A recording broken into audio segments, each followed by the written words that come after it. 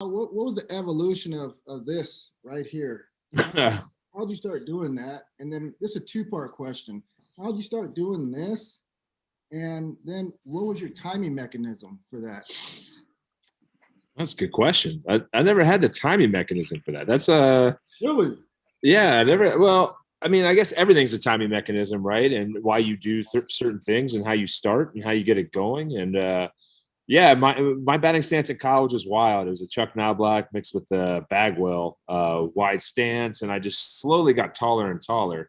Got the feet closer together, got the hands a little. But you know, I watch Manny all the time, and I watch it. What? What's that? Why did you start coming out of the squat first? That's actually a really good question. So, you know, in college, you got the metal bat. You know, you can utilize driving the ball the other way to the right center field a lot easier with the metal bat.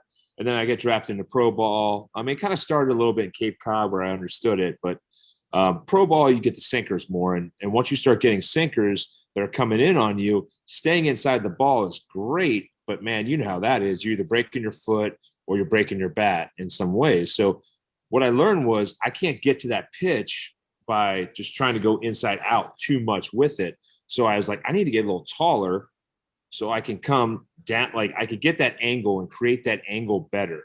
So when I was really wide to try to create the angle, I would cut myself off and my hands would come almost into my stomach and I'd be fighting it off.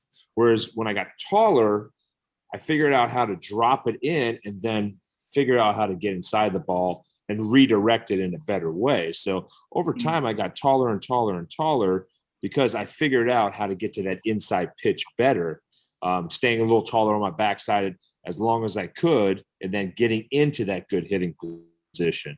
I think that's one thing that I always learned was if I collapse on my backside, you know, my percentage of hard hit, not hard hit, my percentage of finding that barrel correctly went down.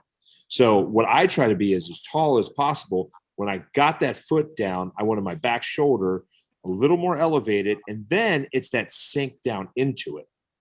And so what I found was that's why I got taller and taller and got my hands high because I did not want the major drop. If my hands dropped too far, my back shoulder would collapse and a lot of rollovers, weak fly balls the other way. So over time, my timing mechanism basically was like, okay, I can't be sitting still. I actually have a high school picture and it almost drove me nuts. I was like this. And I was like, oh God, that's a bad look. But everything was just getting the rhythm and flow, keeping the body loose. You know, keeping the body loose is one thing that people don't talk about. Once you learn how to keep that body loose, because we all tense up, man. I mean, there's no doubt about it, man. You get that 0 for 15 going, you're like, you know, you don't feel good. Your mind feels like it's a brick, and you just everything feels like so tight.